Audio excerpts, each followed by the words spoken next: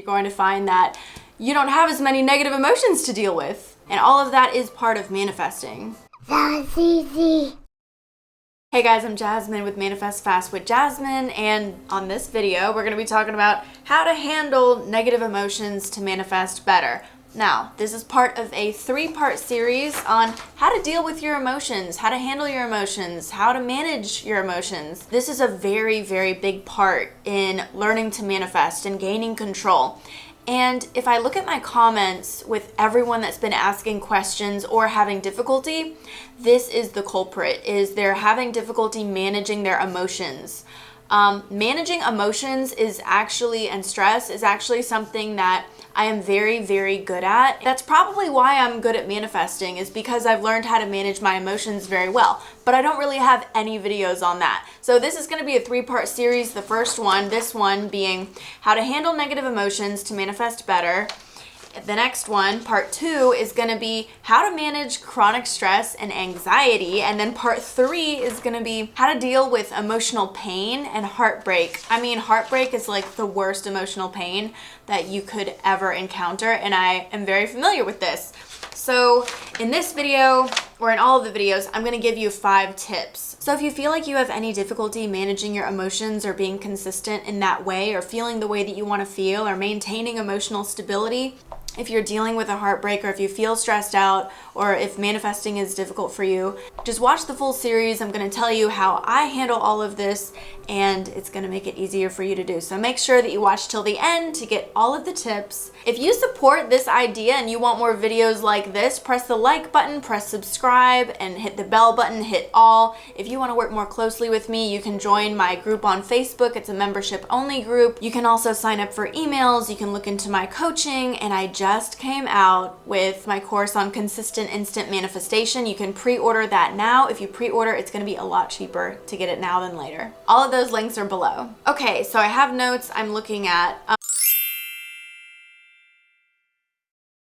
Number 1 on how to handle negative emotions to manifest better is body first. This is what I tell everyone. This is what I practice. You cannot expect for your mental and emotional body to be in tip-top shape and for you to be able to control what's happening with that if your basic and essential needs are not met. So body has to be first. And you know what? This is not a pain. This makes your job easier, because if you're not getting proper sleep and therefore you're upset, the solution is very simple. All you have to do is go to sleep, get more sleep, you know? Now, you do have to figure out ways to do this, but this is your life, and you have to be able to be willing to change things around in your life to do whatever it takes for you to be taken care of. Body first.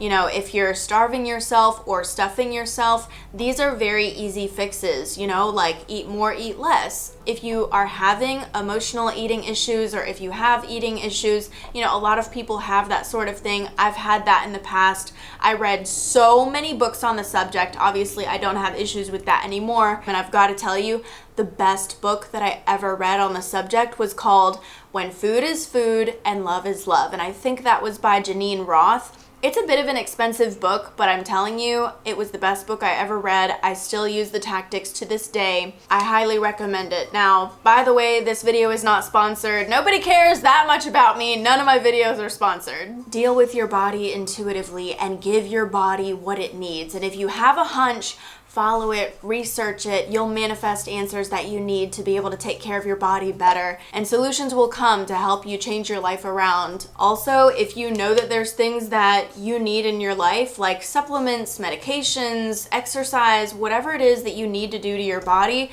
stop resisting it. You know, sometimes you're just at a point in your life where you need a supplement, or you need a medication, or whatever it is that you need, and we have to make the effort to just follow the path of least resistance and do what we need to do. And if it's something that you don't want to continue doing, then you can figure out later how to wean off or whatever, you know, or if it's like a matter of going to the gym, wean yourself on, you know, take baby steps, begin in your house, but like do these things and find ways to move in those directions, to do the things that you know that you need to do for your body, and honor your belief systems. In the process of honoring your belief systems, you can work on changing them, but while you're holding a belief about something, you need to honor that belief system. For instance, I can't wake up tomorrow and decide that I'm a breatharian and I don't have to eat and drink anymore. That would take some time for me to actually change, and my path of least resistance would not be doing that overnight. So I don't try to do that. If I wanted to be a breatharian, which means they don't eat or drink anything, I would not insist on trying to be something that I'm not earlier than I'm ready to become it. So that's just an example of don't push yourself to do things that you may not be ready for. Allow yourself to discover the path to that over time. So number 2 is do the things that you know that you like and want to do. Follow your joy, essentially. I think that this is a very cliche saying, follow your joy, follow your path of least resistance.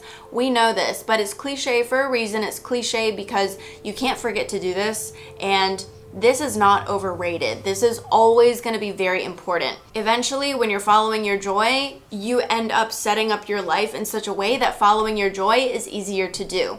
So you don't have to do things to follow your joy that are beyond your reach. Just do what is within your reach and keep doing that.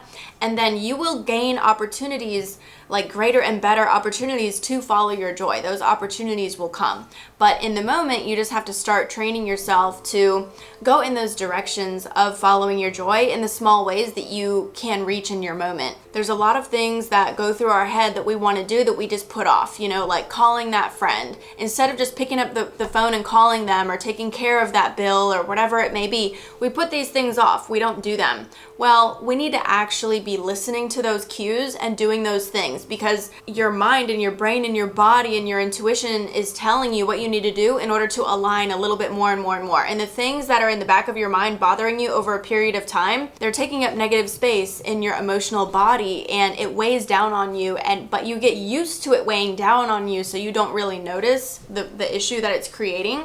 But the more that you clear out and create positive space for positive things, then you're going to find that you're a lot less stressed, and you're going to find that you don't have as many negative emotions to deal with. So doing the things that you know that you want to do, just paying attention and making the effort to go in those directions, signing up for that gym membership, or finally going to the mall, finally getting coaching, whatever it is that you wanted to do, finally doing those things is very life enriching, and it's enriching for your emotional body. Every single time that I've gone out on a limb and done things that I know that I've wanted to do, I've benefited tremendously and greatly, because once I made those changes and obtained those things in my life that I wanted to do, I either was releasing that negative worry that was weighing on me, or now I have this thing, for instance, I wanted furniture for this house when I moved in. I went out and spent more money on furniture than I've ever spent before. I just got credit cards and stuff,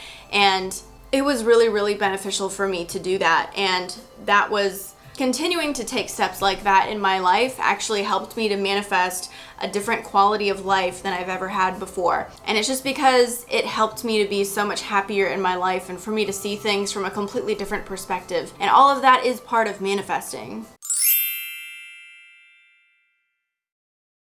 Number 3 is a furthering of the teaching of answer mode that I've been talking about on my channel. I'm going to explain this to you in a certain way. So I just released a video, and it was a God State Meditation Part 2. And in that video, I'm doing yoga. And a lot of people had a lot of questions about that yoga. Somebody commented and asked, hey, wasn't it difficult to concentrate on those poses while someone was videotaping you? And I said, yes, but I have a lot of experience concentrating and holding those poses. And this made me think about how important it is for all of us to be doing an exercise like that. So it's not necessarily a physical exercise, but answer mode is a level of concentration that requires your full attention to the extent that you're absent of all other thoughts. This is experienced as relief. So that's what answer mode is. It's when you're highly concentrated and there's nothing else happening or going on. Anything that does that for you is very, very important practice for you. And if nothing does that for you, well, just intend to find a practice that does that for you. Things that you can get fully involved in that require all of your concentration. Engage in things like that a lot more. Now, Answer mode is not something that I typically describe as concentration, but it's concentrating in a way that is wordless, and it's more just concentrating on the state and holding the state. So this is a very, very effective practice. You can achieve this with a hobby or a skill or a physical movement of the body. So this is why I practice difficult balancing yoga poses and challenging poses and things like that, is because it puts me in that mode that is completely just focused. So number 4, we already know what works for us a lot of the time. Like, we know what practices that we like, and sometimes we just fail to do them. So if you know what works for you and you're simply not doing it, start doing it. And if you don't know what works for you, and if you haven't found something that works for you, be willing to explore and be willing to take leaps of faith to try things out. Naturally, I do this in my life. Like, I'm willing to go out on a limb and try new things and give things a chance. And I do that within a certain level of comfortability, but at the same time, I'm willing to try. I'm willing to try something new. And I think this is something that really holds people back when you're not willing to try something new and you're not willing to get out of your current bubble and comfort zone. So on one hand, with your practices, it's do the things that you know work. And on the other hand, it's if it's not working or if you don't know what works, definitely be willing to try something new. Whatever practice you are drawn to, do it. Number 5 is something that I think I have a couple videos on, and I've got actually really overwhelmingly good responses on these practices that I taught from the people who actually did them. And this has to do with mindset. So adopting a more optimistic story or mindset. This is everything. I mean, everything. If I had the wrong story and the wrong mindset, and if I didn't deliberately choose to see the glass half full and to have like a positive, optimistic outlook and translation of occurrences and stories in my life, like, hey, I could be just like everybody else too. But I think one of the reasons that I have never stayed put, and I've always evolved, and I've always come farther and farther and had more and more and done really well in manifesting, is because I choose to translate things in a positive way, and I always find a way to do that. Even at the times when I was at the peak of emotional stress and just feeling depression and feeling agony and not even wanting to exist anymore, I still decided that, hey, if I'm gonna live, I'm gonna live. And I translated that situation in a positive way. And here was the story that I adopted. I said, you know what? To the extent that I am in pain right now, that is the extent that I'm going to come out of this and benefit and be glad and happy for this experience. And that has been true for me. And I stick with that. I always say that when I'm having a difficult time, I'm like, you know what? This is going to work out for me. To the extent that I'm suffering with this, I'm so excited because when I come out of this, it's going to be equally as awesome. And I'm going to be better than ever before. Take on a positive, optimistic outlook and stick with it. If this video helped you, definitely give it a like, subscribe. Here's the next video in the series on how to manage chronic stress and anxiety. Don't forget to subscribe. I'll see you in the next video. That was easy.